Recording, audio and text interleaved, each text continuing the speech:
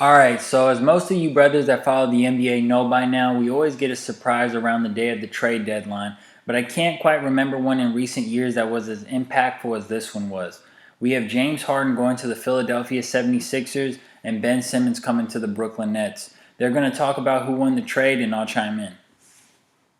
Shannon, who won the trade? Oh, Shannon. You know who won it. I do? The 76ers won, Skip. You're kidding. Because let me tell you why they won. How? Because they...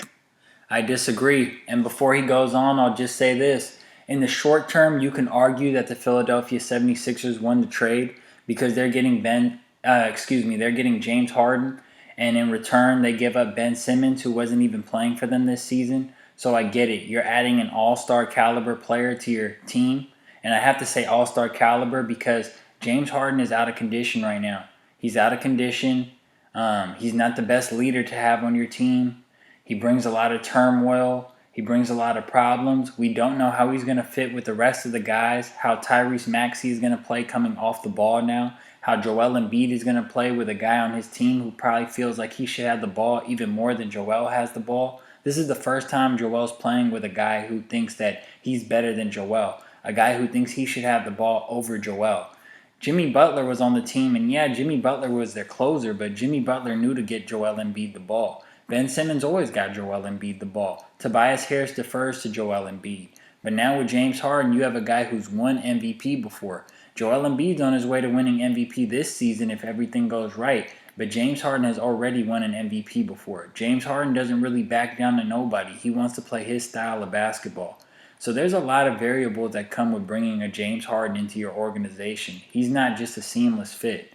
So on paper, you can argue, hey, this season they added an all-star caliber player to their roster, a former MVP to their roster, but we just have to see how it works first. We have to see how it works with James Harden not playing any defense. We have to see how it works with him not passing the ball unless he wants to for an assist. He's not the type of guy that's going to swing the ball and give a lot of ball movement and have the assist, the pass that led to the assist. He's not going to have the hockey assist per se. He's the guy who's going to dribble it out, and he's going to turn Joel Embiid to Clint Capella and make him roll to the basket. And that's not what Joel does. Joel doesn't roll to the basket. Joel pick and pops. He shoots the jumper. Joel gets in the post. He demands the ball.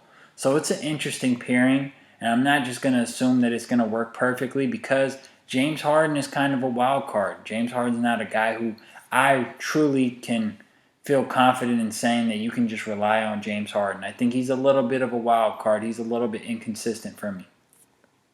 To get James Harden, a player that can perform at elite level, versus Ben Simmons, who was giving them nothing. So would you rather have a car that's operational or a car that won't crank, that just sits in your yard on blocks? Because that's... Well, how operational was James Harden last year in the playoffs? How operational has James Harden ever been in the playoffs? How operational was James Harden this season?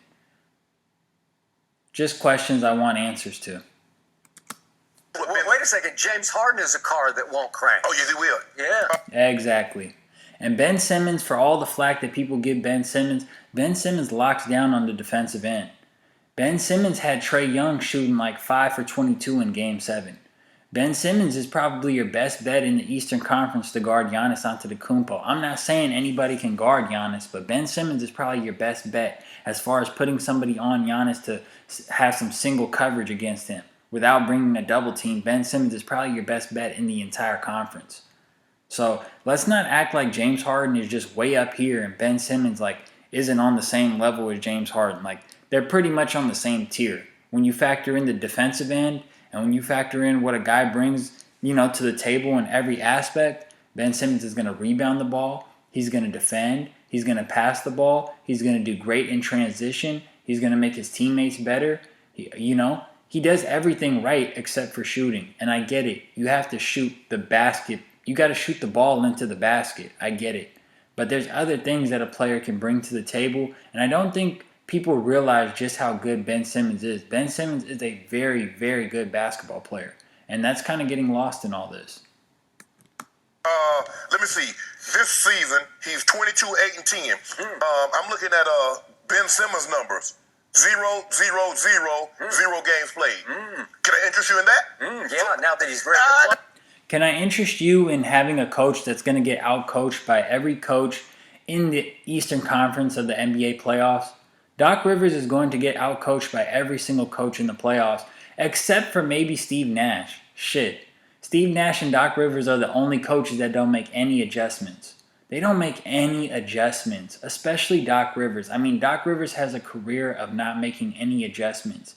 He takes his players, he motivates them before the game. He's a player's coach. They like playing for him, but when the ball rolls out, he doesn't make any adjustments. If you hit him with a punch, he just keeps letting you hit you with that same punch.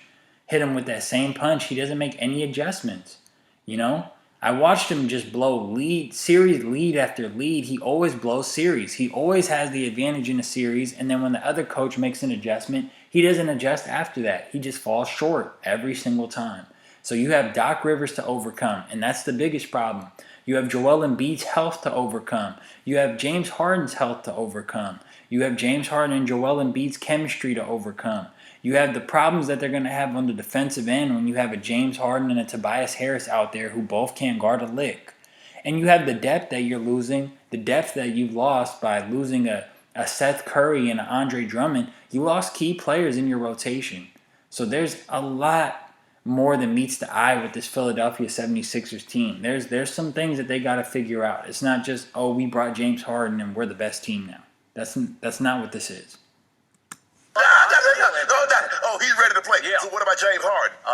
Judy just read the report. And not only was it Kyrie, now I don't know why he would ever have any beef with KD. KD seems like the easiest guy ever to get along with. All he wants to do is hoop. Mm-hmm. He ain't trying to lead nobody. He ain't trying to lead nobody's life. Tell you what you should and shouldn't do. Mm-hmm. Hey, when they toss the ball up in there, let's go play, fellas. Mm. Yeah, something happened with that because as you guys saw with the All-Star draft between KD and Bron when they were picking players, KD clearly doesn't fuck with Harden anymore. So there's something that's up with that. KD clearly doesn't fuck with Harden.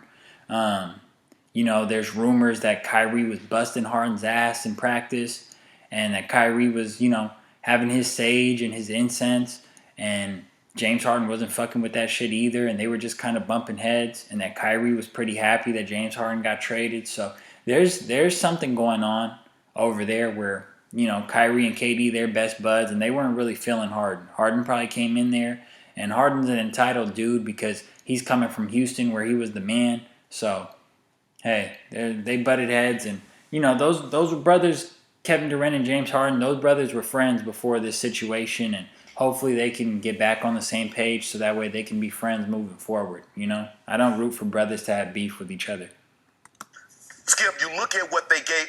Daryl Morey just said last month, I'd be willing to take a top 40 player as long as it's the right fit. James Harden is better. Yeah, and he shouldn't have opened his mouth and said that because it costed him. Seth Curry is averaging 15 points per game this year. Seth Curry is a guy who not only can catch and shoot, but he competes on the defensive end, and his three-point shot is so good that he can hit the pump fake and he can come off a screen and hit the two dribbles and shoot the floater or the mid-range. I mean, once again, he's shooting a very high percentage from the field. I mean, he's damn near 40, 50, 90 club, and he's giving you 15 points a game. You have Patty Mills who's doing the same shit. Patty Mills is a great shooter. He's giving you about 14 a game. Now you have all these big men in the rotation, Andre Drummond, the youngsters, Edwards, and Day'Ron Sharpe.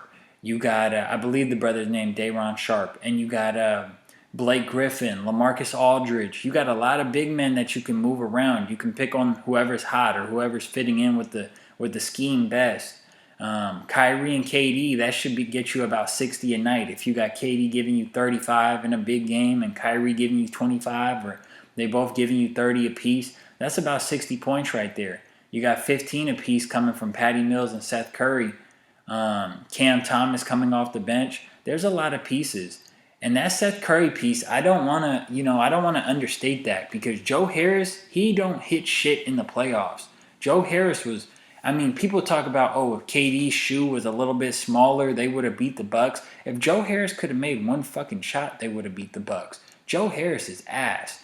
If you're a shooter, but you can't shoot when it matters, what's the fucking point of having you on the court? Like, he was doing some The shit that Danny Green was doing for the Lakers the year the Lakers won the championship, like Joe Harris was like that, but even worse. Because Danny Green plays some defense. Joe Harris wasn't doing jack shit out there, but getting cardio. Joe Harris fucking sucks. And he's going to be out. They don't have a timetable for him. He's been out all year. And they don't know when they're going to get him back. So Seth Curry and Patty Mills, I believe those are upgrades because they've hit big shots in big moments, especially Patty Mills. We know what Patty Mills is made of. So I trust those two guys spotting up with Ben Simmons, Kyrie Irving, Kevin Durant playmaking, and those guys surrounding them, and all those big men that I mentioned that you just need one or two of them to produce. Not Nicholas Claxton too. There's a lot of guys. Than the top 40 player, the only player that I believe Daryl Morey would have preferred over James Harden is Dame Lillard. Dame Lillard is hurt. I don't know if he's going to come back. He says he's going to take his time, as he should, because you just can't think about this year. This year's a loss.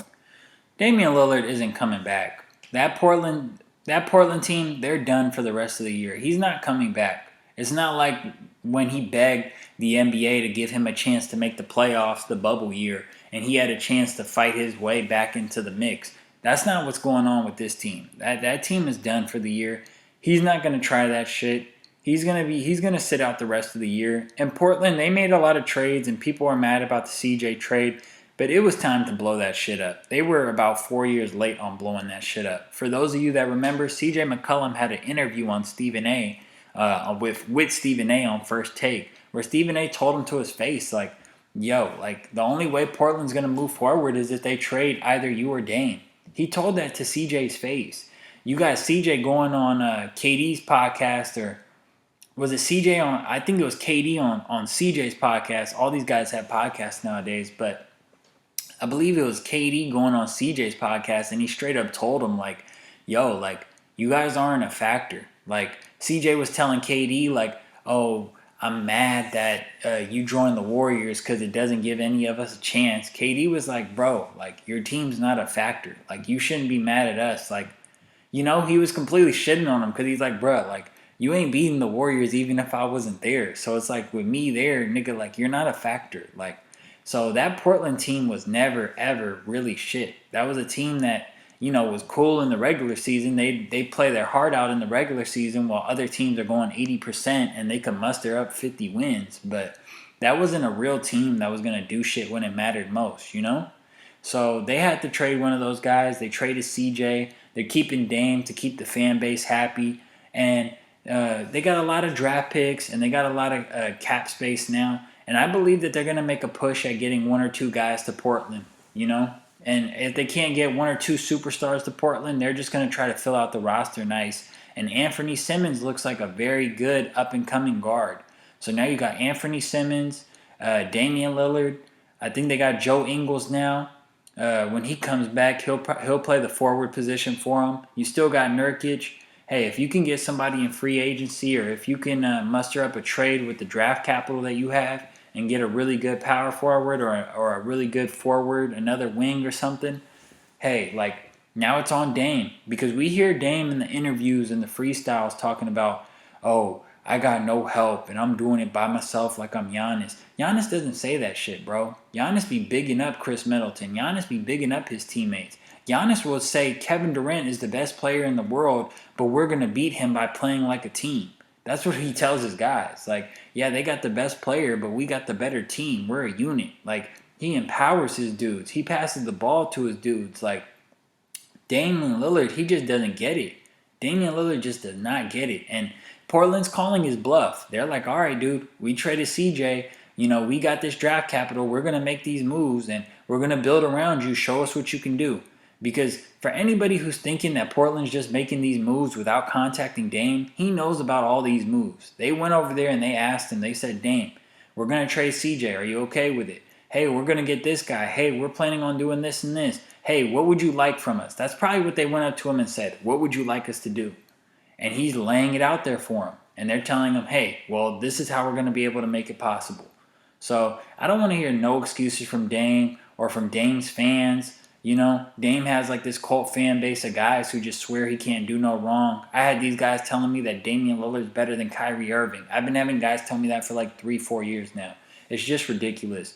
We'll see what Damian Lillard does next year with that squad. We'll see who they put around him. I'm very interested to see how that all turns out. Cause I got to think about moving forward. It's been reported they're going to build around him. Skip. But when I look at James Harden, and you love to point out that game, he did this to Rudy Gobert. He had 42 points. Do you realize in 274 games? Talking about Ben Simmons. Ben Simmons. Yeah. In 270. Skip does always talk about that game. Like, Skip loves talking about the one regular season game where Ben Simmons gave Rudy Gobert 40 points. Like Terrence Mann gave Rudy Gobert 40 points in a playoff game, I'm pretty sure, last season. Like, nigga, Rudy Gobert doesn't have lateral quickness. He's a big man. So it's not a big deal that he gave Rudy Gobert 40 points. I don't know why Skip always brings that up. Skip could have better arguments sometimes. 4 games played, Ben Simmons has scored more than 35 points once. Ben Simmons' best game was probably that game where he got into it with Jared Dudley when he was actually playing against the Nets in the playoffs, the D'Angelo Russell Nets. And he had like, I want to say, don't quote me, but I want to say he had like 36, 13, and 10. Like he had some stat line like that. It was like game 3 or game 4 at Brooklyn. That's probably the best Ben Simmons game I've ever seen. But Ben Simmons has been a phenom since his high school days. I've been watching Ben Simmons forever. Ben Simmons can do everything on the court but shoot. Like, he can't fucking shoot at all. His release is disgusting. The way that he kind of like pauses and it's very like herky-jerky. Ben Simmons, his shot is not smooth. I think Skip, I watched this earlier, I think Skip's going to allude to Ben having a shot that's like fixable. Or maybe that was another video. Ben's shot is fucking gross, bro. But everything else on the court, Ben Simmons he's pretty exceptional. He's a very, very good player. James Harden once averaged 36 points for an entire season. Once upon a time, he did. Last year, he was 25, 8, and 11. Do you ever think in his long-legged life, in his 7-foot life, Ben Simmons will ever average 25, 8, and 11? And one more thing I want to share with you. Well, Ben Simmons can average more than 8 and 11, to be honest with you.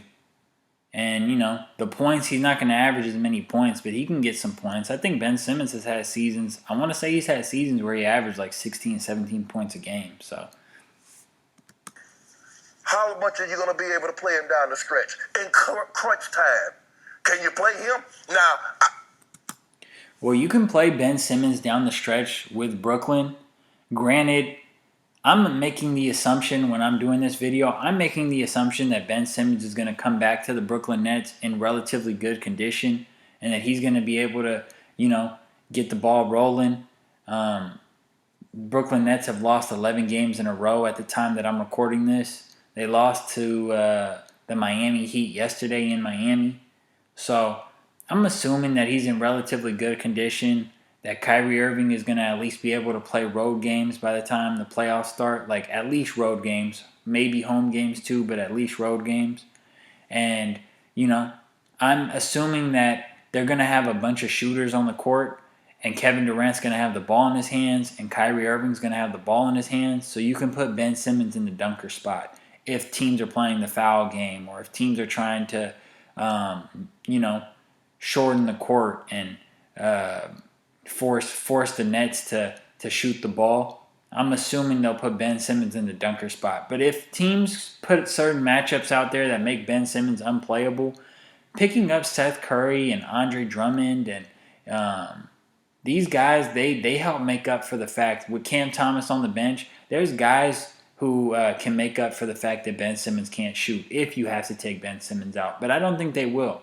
I think that they have enough perimeter guys that you can hide Ben Simmons. It's not like with Philadelphia where like Thibault can't shoot, or Danny Green can't handle the ball, or Tobias Harris can only do so much, or Joel Embiid, he can get the ball. He can do things with the ball, but you have to get it to him. So, you know, you have to rely on Ben Simmons to be the only guy with the ball in his hands more times than not. It's not really going to be like that in Brooklyn. I'm not even worried about Kevin Durant. Kevin Durant is by himself. But let's just say your closing lineup. Is your closing lineup going to be Seth Curry, 5'10", Kyrie Irving, 6'2", Patty Mills, 6 foot? Shannon Sharp is fucked up. I'm pretty sure Seth Curry ain't no 5'10", man. Seth Curry got to be like what? His brother's height? Seth Curry got to be like 6'2", bro. You know, if Steph is like 6'3", Seth got to be like 6'1", 6'2". Seth ain't no 5'10". What is Shannon talking about? I get it though. You know, they're putting out a couple small guys, Patty Mills, Kyrie Irving. I get it, but 5'10", stop it. What's your closing lineup gonna look like? You're a defensive liability. Tell me when it's It's my. not- Seth Curry plays defense. He's not like a lockdown defender, but Seth Curry, he's putting up an effort on the defensive end. Patty Mills puts up an effort on the defensive end. Kevin Durant is a really good defender. Ben Simmons is one of the best defenders in the league. Like I said earlier, he's probably the best bet to guard Giannis. Ben Simmons he's guarding 1 through 5. You know, Ben Simmons can legitimately guard 1 through 5. LaMarcus Aldridge gives you good interior defense. Andre Drummond can defend inside a little bit. Nicholas Claxton is a shot blocker. So, you know, the Nets actually haven't had a problem with defense. The Nets have actually played better defense than you would think from a Steve Nash team and a team that has all these offensive guys. The Nets, before they went on this skid of losing games, they were playing pretty solid defense. So I'm not too worried about the Nets having to get a stop if they need one. It's your turn just yet. Not your turn just yet. So right now, I'm looking at Milwaukee, Philly, and Miami. Better than you. There's only one ball. So when you have James Harden, Kyrie Irving, Kevin Durant, there's only one ball. You can have all these scores, but there's only one ball, so only one guy can score at a time. You get me? Like, what made the Warriors so potent is Steph Curry, Klay Thompson, Kevin Durant. All these guys are guys who can score without the basketball. So when you can score with the basketball and without the basketball, it makes you a threat at all times. So that's why, like, having James Harden with Kyrie Irving and Kevin Durant, it's a little just OD. Like, you're ODing on ball scoring, you know? Because James Harden's not really going to be off ball. He's not cutting or doing anything like that. And Kyrie Irving, you know, he's going to cut and move around, and he can get in the post and do different things more. And he wanted James Harden to play the 1 so he could play the 2. But Kyrie Irving does his best work on ball too. So, because of his great ball handling ability, as you guys know. So, it's not a big deal to lose a third on-ball scorer in James Harden, especially when you're trading for a defender that you could really use in Ben Simmons. So it's like giving up something that you're still really strong at to get something that you're not that strong at. So very helpful. And without having to worry about the center position, because you're still going to keep a center on the court, you're getting another guy who can get 10 rebounds at a different position. So now you know KD can get you 10 boards if you need it. Ben Simmons can get you 10 boards if you need it. And you could put an Andre Drummond out there who could get you 10 boards if you need it. So, you know, the Nets strengthened they strengthened their they strengthened their weaknesses. They made their weaknesses stronger. The defensive end, the rebounding, you know, things that they were going to struggle with a little bit with James Harden, they made them stronger. They got stronger in those departments. You know, the department that they were already good in, on-ball scoring, they got a little weaker in that, but I don't really think we're going to notice it, at least in the games when Kyrie plays. When Kyrie's not playing and you have only Kevin Durant who could really score and create his own shot with the ball in his hands, you might feel a little bit like, hey, we're missing a guy who could just go get a bucket. I'm not going to say that. I'm not going to deny that.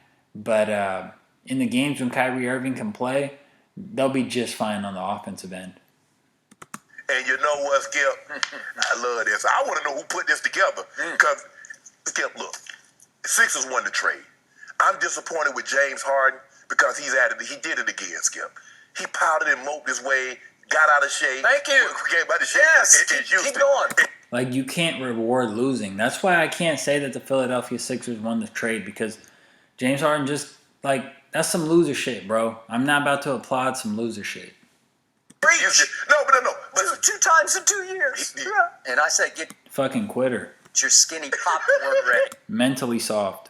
yeah, right. So you know about skinny pop then, okay? I Okay. hate it. Oh, you like skinny pop? Religiously, yes, I do.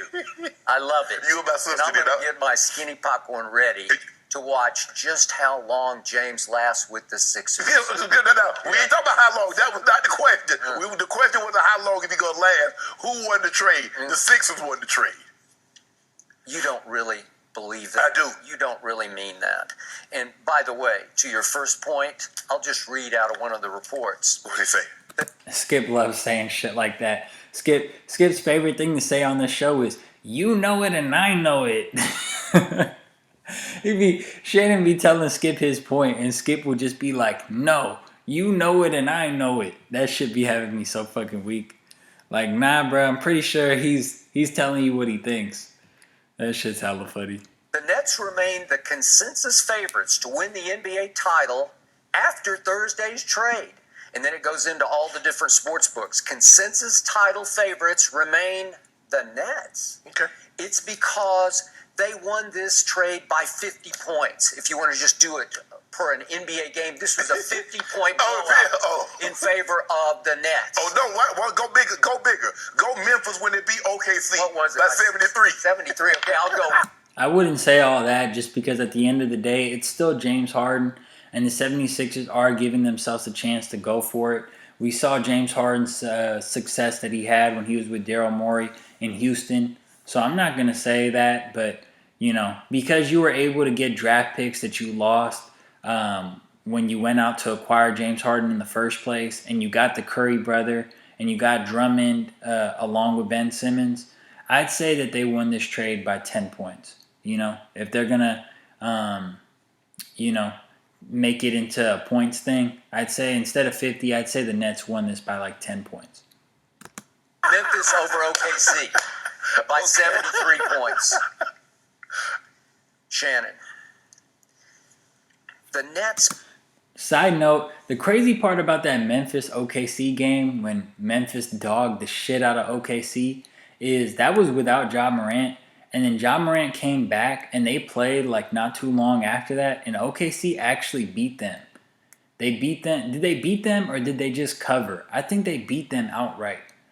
Pretty crazy. Like that just tells you like the NBA is just like some days some teams are just more motivated than others. Or sometimes guys just come out flat or can't shoot or whatever. Like you got popped that bad and then you came back a couple weeks later or whatever and you won. Like that's crazy. Managed to get 3 starters out of this because I don't know if you remember the Big Penguin. Oh, now you love him. All of a sudden, once he got out of LeBron's shadow, the Big Penguin, Andre Drummond, has been flat out balling for. Andre Drummond is mid, but he can rebound really well, so that helps the Brooklyn Nets. That's something they could use.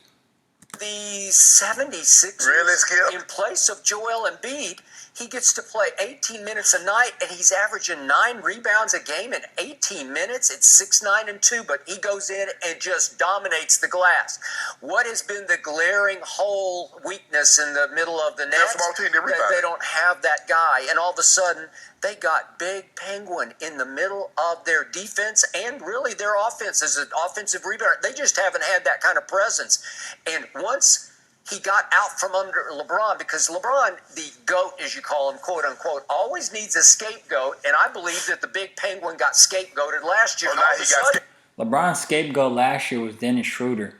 That was his scapegoat last year. It was like the Lakers struggles, oh, this and that. It's because Dennis Schroeder's shooting too much or because Dennis Schroeder's in the way of LeBron ball handling. LeBron always has a fucking scapegoat. This year it's Russell Westbrook. Russell Westbrook didn't even play at the game up in Portland. They sat Russell Westbrook. And the Lakers lost to fucking Portland, dude. Portland's fucking rebuilding. They don't have Dame out there. You know, I put the Lakers money line on my parlay just to get a little greedy. I put that Lakers money line on my parlay. They couldn't even beat the Portland Trailblazers. And this is the day after getting whacked by the Milwaukee Bucks at home on national television on TNT. So I thought, oh, the Lakers are going to bounce back. They're sitting Westbrook. You know, this is a motivational spot for the Lakers. They got to get a W. And they fell flat to fucking the Portland Trailblazers without Dame or CJ. Just embarrassing, dude. Like, LeBron always has a scapegoat every season. Scapegoated. All of a sudden, he's putting up massive numbers because he is a massive human being. You do realize his numbers was better with the Lakers than they are in Philly. 9 rebounds a game. He averaged double digits for the Lakers. If you do per 36 minutes, he's averaging 17 rebounds a game. That's all they needed. That's a beautiful, sweet move. That's like, thank you, game over. And Seth Curry is a 40% three-point shooter who this is his career low this year. He's shooting 40%. Well, they'll take that because they probably have lost Joe Harris for the whole year because it sounds like he might even need Don't need him. He's a bum. another ankle surgery on top of his first one. But you love Patty Mills, right? So Patty Mills will take up the Joe Harris slack. Seth will be in the starting lineup. And listen, late game, ball in hand, I'll take Seth over Steph Curry on game-winning shots, on big Skip fucking hates Steph Curry, bro. That shit is crazy. shots, on game-turning shots. I'll take Seth over Steph any day or night. But you do realize he's small, so how is he going to play? How are you going to be in the lineup? Because there's this guy, Ben Simmons, who's 6 feet 10 inches tall, and to all your points, all he did was win Rookie of the Year, then go boom, boom, boom, 3 straight All-Star teams, and boom, boom, 2 straight all-defensive teams. What? And you're going to throw him in the middle of this as to use Kevin's favorite word, his operative word last night, a versatile. You don't get any more versatile of a player than Ben Simmons. He can facilitate. He's one of the better passers in the game. Yeah, he can pass and the ball. at 6 feet 10 inches tall, he can flat out dominate a center or a forward or even a little Maestre, as he took him out of Game 7 last year. Maestre shot 5 of 23 because Ben Simmons engulfed him last year. And all of a sudden, the Nets are going to have a real, live defensive player in their midst. You're right. But here's the thing. In the fourth quarter, 5 minutes left in the ball game, 3 minutes left in the ball game, Ben Simmons became unplayable. Okay. Doc Rivers benched the man. Right, the guy that the 3 All-Stars. Yeah, because Doc Rivers doesn't have any game plan. Doc Rivers doesn't come up with any schemes. He doesn't have anything up his sleeve. He just motivates the guys before the game, and then he just throws them out there and just has them figure it out. He doesn't do shit. He doesn't really coach. Doc Rivers is not a real coach. And that's my problem with the 76ers is, yeah, you got rid of Ben Simmons, and Ben Simmons you might have to draw up more shit for Ben Simmons to be successful than James Harden. You could just throw James Harden out there and he's going to do some James Harden shit, walking triple-double, pick and rolls, all that shit. I get it. But when you're going up against the Miami Heat and they have Bam Adebayo to guard Joel Embiid and they have Jimmy Butler and PJ Tucker to throw at James Harden, and Miami is like one of the best three-point shooting teams in the league. They're like one of the league leaders in three-point attempts. They're one of the league leaders in makes. They're one of the league leaders in percentages. So, Miami's they're going to win the three-point battle. And they have defenders for each of your best players. They have guys that match up well with each of your best players. So what are you going to do when you're in that situation and when you're going up against a coach that's way better than your coach? Because Eric Spoelstra will run circles, laps around Doc Rivers. He'll run laps around Doc Rivers. If you're Doc Rivers, you got to come up with something where Ben Simmons can be put in a position to succeed against the Atlanta Hawks. They have Trae Young out there. If they have Trae Young out there, that means that somebody has a mismatch because Trae Young is fucking 5'10", bro. Now that's a guy who's actually 5'10". Trae Young is 5'10", 160. If Trae Young's on the court, there's a mismatch. You can just feed the ball to whoever he's guarding. Okay? There's things that you could have done with Ben Simmons to put him in positions to succeed. And I get it. He lost his confidence. He was struggling a bit. But there were things they could have did to help that brother out. And I'm not making excuses for him. Ben Simmons, he should learn how to shoot. He should get a little mid-range to his game. It looks like he takes them during the off-season. We see all these videos of him shooting, but, in games he doesn't want to take them. But, maybe he just needs a coach that empowers him a little bit. And maybe he just needs a better coach who puts him in the right situations. Better players who put him in the right situations, We'll see. All defense got to sit down. All right, here's my point. All that matters is the Nets still have the best player on the planet by far. To me, Kevin Durant has separated himself. He will come back after the... It's not by far. If you think it's KD, if you think it's Giannis, if you think it's Steph, whoever you got, it's debatable. Whoever you got, it's debatable. There's nobody who's like far and away the best player in the league right now.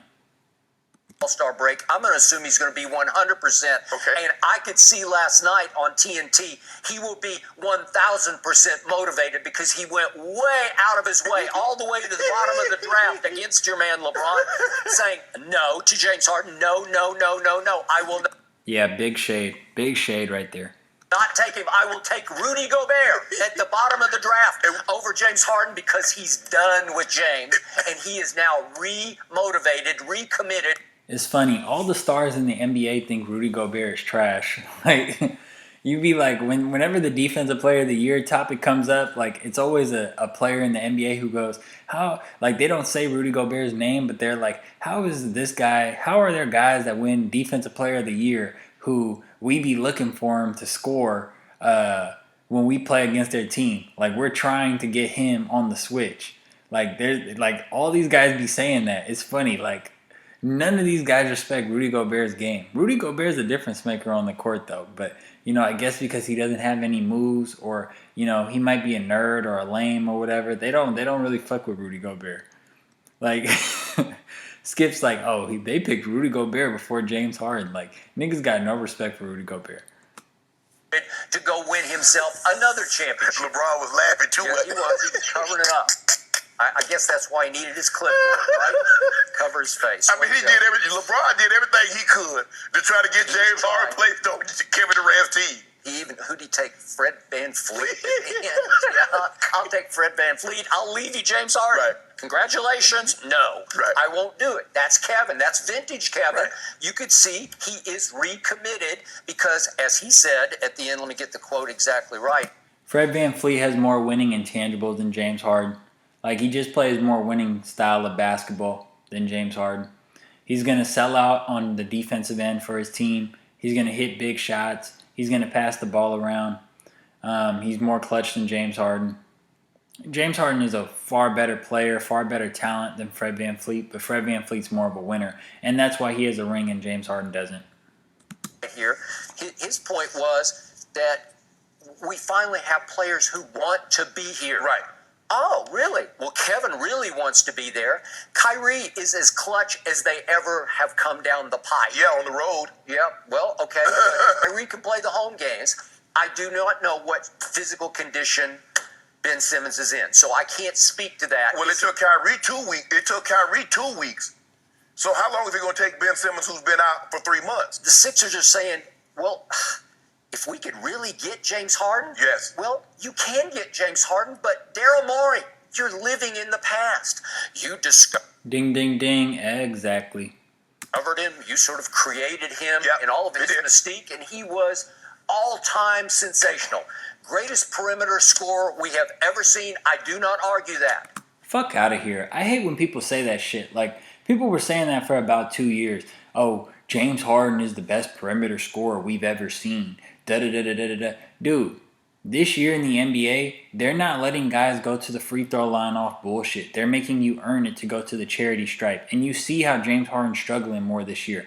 What do you guys think James Harden would do in an era where there was hand checking? Like, seriously, what would James Harden do in an era where there's hand checking? What would James Harden do in an era where the power forward and the center are both shot blockers? Or the power forward and the center both, like, neither of them can shoot, so they're both in the post. So now the paint is just crowded up. So you have to have a crazy layup package to go up against the bigs. You have to have a crazy floater game to go up against the bigs. You have to stop and pop in the mid-range. You have to have post game, you know? Like, what's James Harden going to do in an era where they can hand check you on the perimeter and they're sitting on that step back? They're sitting on it. In this modern day NBA, if your shot is on, you're pretty much going to have a good game because they really can't get too physical with you or stop you from shooting or, like, impede your shot. So if you just get the ball and you rise up, like, if you guys watch enough Steph Curry games, you guys know sometimes Steph gets the ball and will just come off that screen, or, you know, he'll have the ball on ball and he'll get the screen and he'll take like a dribble and get around the screen and then he'll just pop it because it's like he knows if he just goes up with the shot and figures out where the hoop is in the middle of him being in the air, that's better than like giving the defender time to impede his shot. Because he can just go up with it, and then the defender can't do anything about it because it'll be a foul if he gets on him. So Steph can just go up and let the ball fly, and it's pretty much an open look for Steph Curry because Steph Curry can shoot in that motion. He can shoot just coming off and just letting it fly because he knows where he is on the court. So, in an era where they can really sit on that and stop you from doing some of that shit, I don't know what James Harden would do. I don't know. I don't know if James Harden is averaging 20 points if he played in the Michael Jordan era. I just don't know. Because he's not getting those free throws. A lot of the gimmicky shit that he does is just not going to work. He'd be a good distributor in that era. He'd be a good rebounding guard in that era because he's a wide body and he has a good nose for boards. He gets in there. But I don't know if James Harden would average 20 points in a different era. I just don't. Once upon a time. But Skip, he was just third in the MVP voting last year at 25, 8, and 11. We have had back-to-back years in which Yeah, he's a great regular season player. he flat out quit on a team to get I'm not condoning that. Listen, what I have learned about James Harden, and I did love the Nets, but I love them because of the centerpiece, because of Kevin Durant. Okay. And I thought, if you put Kyrie over here and you put James over here, well, Kevin's going to rise and shine because he rose and shone with the Golden State Warriors, didn't he? With back-to-back Finals MVPs. He went in there and took over a team that had Steph and Clay and Draymond. Right. Okay? So now, what I keep seeing from James, and I told you this yesterday, so I've been first guessing this really for a couple of weeks on this show. James looks like he's 32 going on 42, and you completely admitted and acknowledged once you start hitting 32 and you're no workout warrior, he is the flip side. It gets hard. He is as far from LeBron. This nigga had 4 points against the Kings. He had 4 points against the Sacramento Kings. He came up completely flat against the Sacramento Kings. He came up super flat against the Phoenix Suns. Devin Booker was cooking his ass. So, people hear the name James Harden and they think, oh, the 76ers are getting this guy, or oh, James Harden just wasn't motivated when he was on the Nets. Well, is he motivated in the playoffs when he's putting up stinkers every single fucking night? You guys know who you're getting, right? It sounds good on paper, but let's see. I really want to see them play Miami. I want to see Jimmy Butler and PJ Tucker on James Harden and Bam Adebayo on Joel Embiid. And I want to see Eric Spoelstra going against Doc Rivers. And I want to see what the Philadelphia 76ers do then.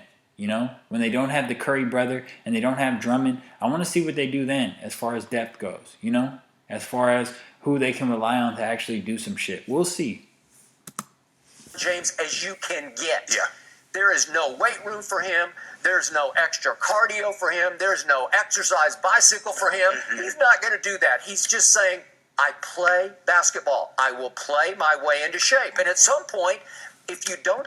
And Luka Doncic is he's a lot like James Harden in that way too, where he just says, fuck it, I'm going to get in shape during the season. There were a lot more guys who used to do that back in the day when I was growing up watching the NBA.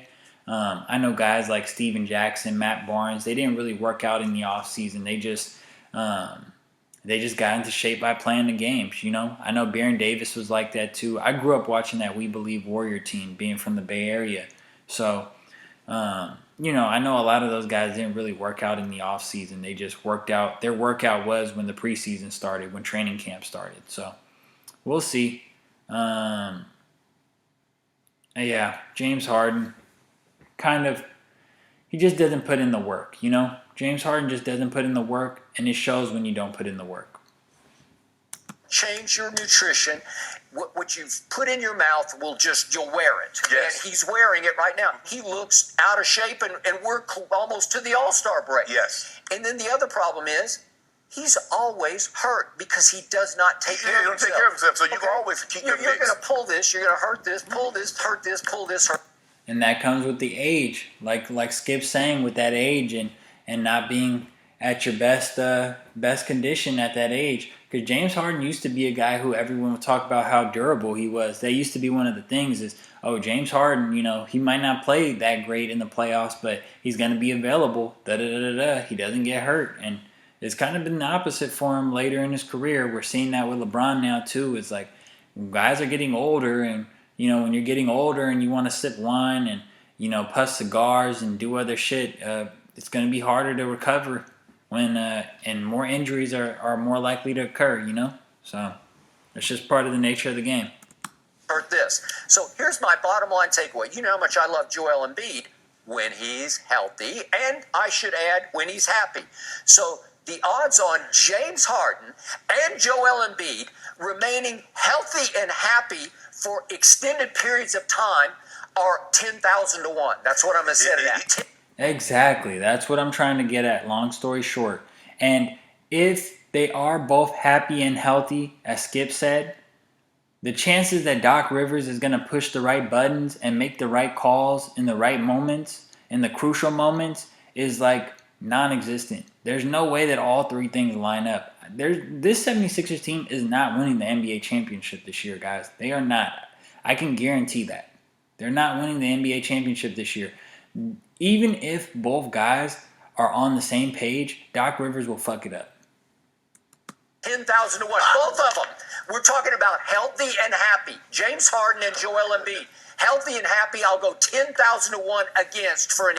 They could win the Eastern Conference, somehow, some way, end up winning the Eastern Conference, and the Warriors and the Suns are just way too connected and have way too much chemistry that they would beat this team just off the fact that these guys just got put together just right now.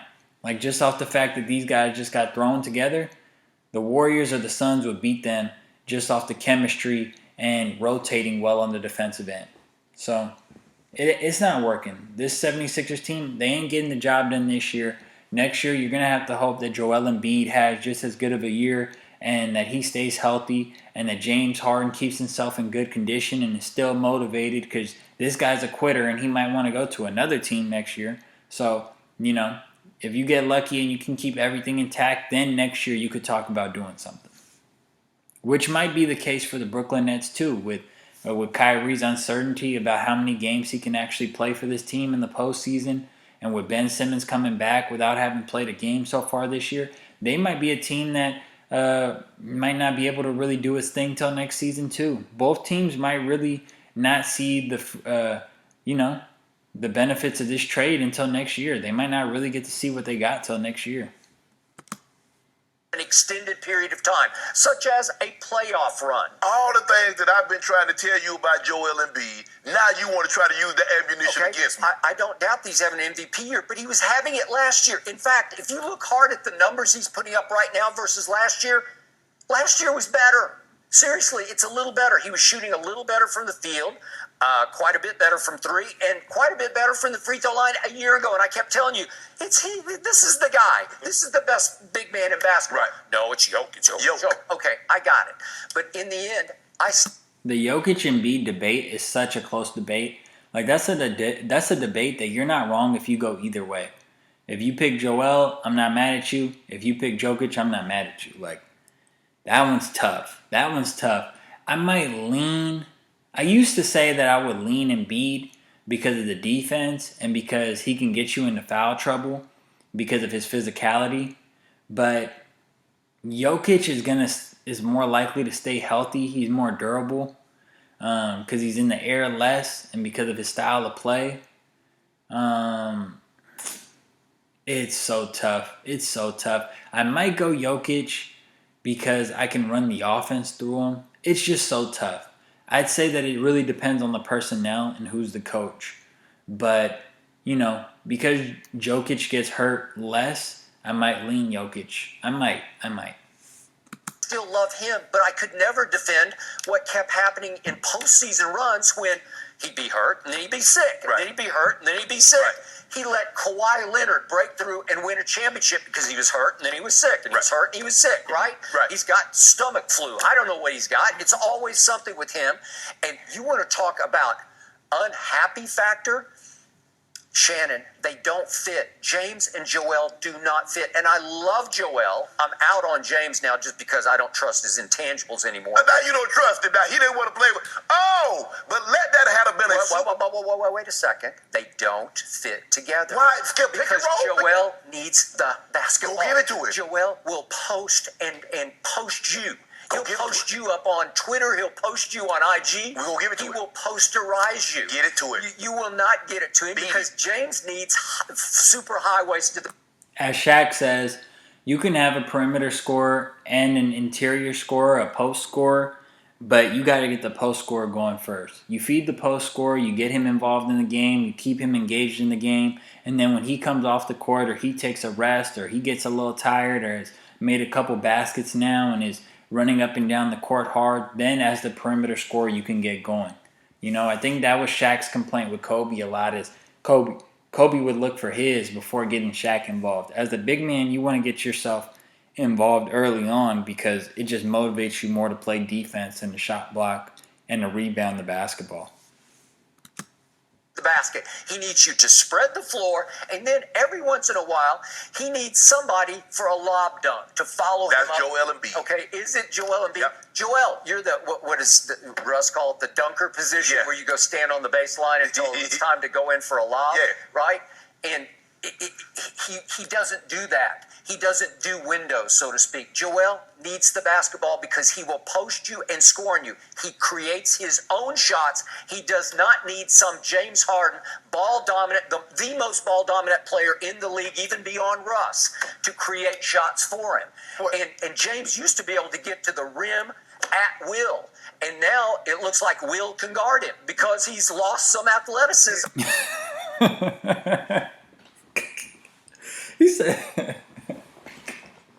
He said, it looks like Will can... He used to get to the rim at will, but it looks like Will can guard him. Yo, that's what I'm saying, though. I don't know what James Harden would do in another era. Like, you hear people talk about, oh, what would this guy do in another era? What would that guy do in this era? What would Jordan do if he was playing today? What would Seth Curry do if he was playing in the 90s when they weren't shooting the three as much? Like, you hear all that stuff, and I feel like most great players would adjust to whatever, but, like, James Harden is one of those guys who, like, I don't know what James Harden would do. Like, I wish we could see what James Harden would do in an era where they could hand check him. They're holding on him. He's not getting, all these bullshit foul calls where he's getting to the line and getting free points. Like, I would love to see what he's doing when there's two guys in the lane and he doesn't really have the greatest layup package and he's trying to finish in there, you know? When there's not, like, four shooters out on the perimeter who he can just dish it to if he's in trouble, you know? But, yeah, man, we're going to see. The Brooklyn Nets, the Philadelphia 76ers, both these teams have a lot going on. I wouldn't say either of these teams are the favorite to come out the East. I would still have to say Milwaukee right now. Milwaukee traded DiVincenzo, who I thought was a good perimeter guard for them. But they got Serge Ibaka back, which tells me that they don't know when Brook Lopez is coming back. And they just want to play it safe and have Ibaka there for that depth. Maybe to go against Joel Embiid in a playoff series. But we'll see. Right now I have to lean towards Giannis and the Milwaukee Bucks coming out of the East. And I would love to see these two teams play each other in a playoff series. The Nets and the 76ers. I do believe that they're going to be playing each other in March, if I'm correct. They're going to play each other in March on TNT. So that would be a great game if we could get all the guys playing in that game. But anyways, thanks for watching the video. We'll see how the season goes. Peace.